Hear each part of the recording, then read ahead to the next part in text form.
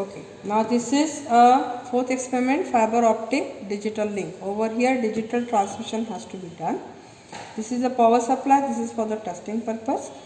Random clock generator, random pattern generator circuit is already fixed over here. So clock signal, this is a variation for the clock frequency. Through this we are generating the two different patterns. This pattern has to be connected to the optical transmitter. See, this is a visible light source as a transmitter. Over here we are going to connect a fiber to the detector. After connecting the fiber, transmission is done. On the detector side we have to connect either R1 load or the R2 load. R1 is of the 1 kilo ohms, R2 is of the 4k ohms. It is connected to the non-inverting amplifier and this is an amplified circuit. This amplified output is going to connect your output. On the output side switch is connected, so whatever the noise that is introduced during the transmission, that will be rectified and will get a normal output. This is how the kit is going.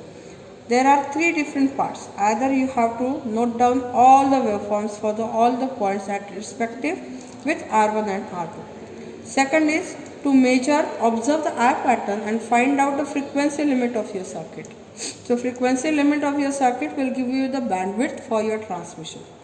Next is in a loss we are not measured the delay because you are not getting the points.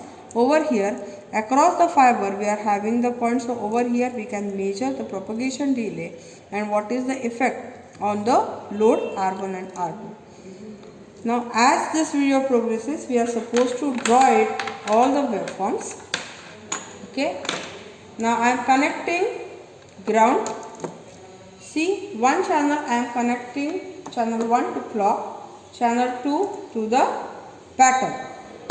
Now in front of your eyes you please remember this diagram front panel kit so that we can concentrate on the DSO itself.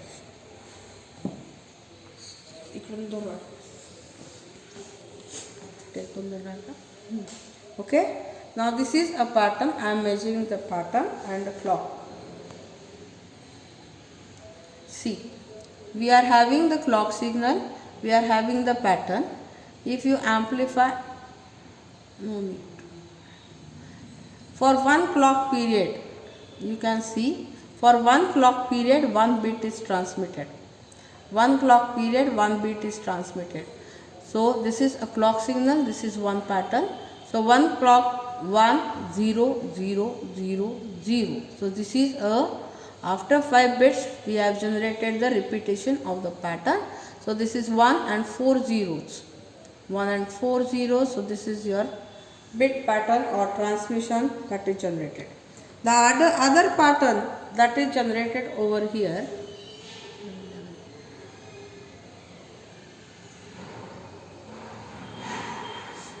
other pattern that is generated is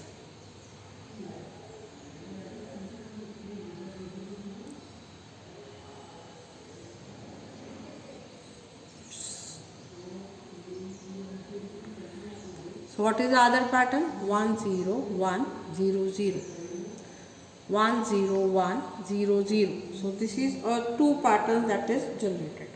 Now I am transmitting one signal, one pattern I am connecting to the transmitter input. This is a pattern 1 I am connecting to the transmitter input.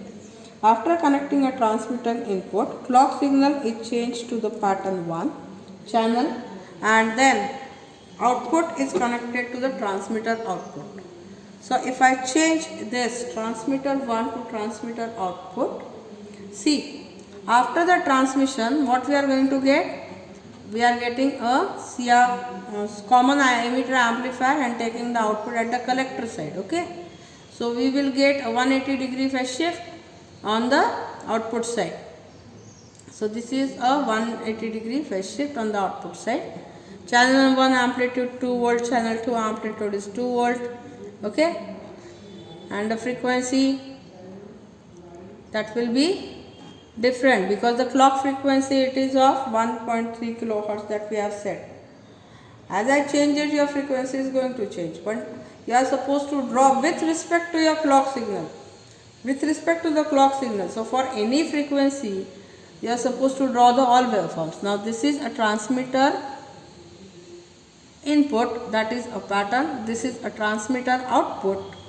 Now this transmitter output we are going to feed to the detector using the optical fiber. Now this is our optical fiber I am connecting. After I connect the optical fiber, I should note down the output side. Now this pattern is changed to, I am shifting this channel 1 to transmitter output. I am connecting channel load detector, I am connecting to the 1K. This is a channel 2 output. Now channel 2 output,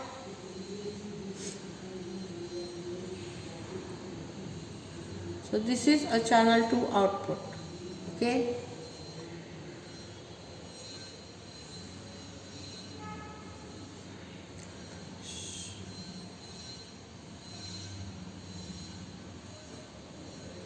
Now you are supposed to observe this effect.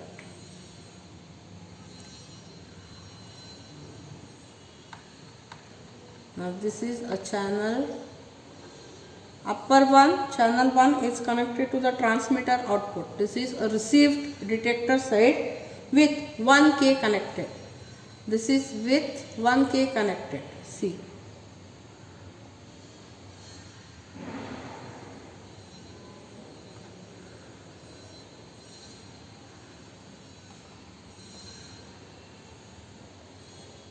Okay. Now we are interested to measure the delay between this transmission, propagation delay for the transmission. This we are matched, that this is what is we are transmitted and this is what we are received. So this is a propagation delay that is going to be introduced. So using a cursor,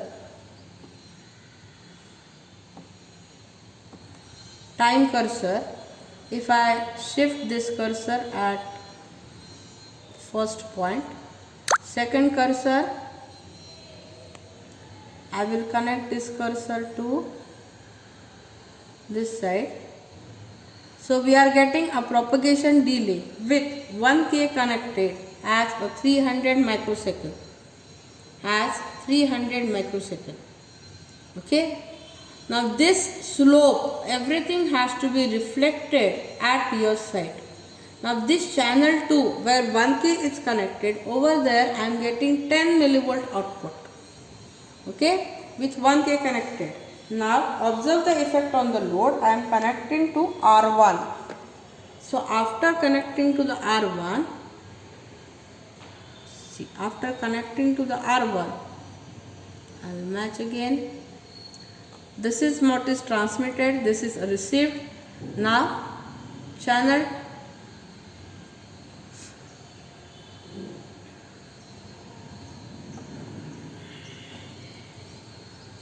so this is slope, everything has to be reflected at your side.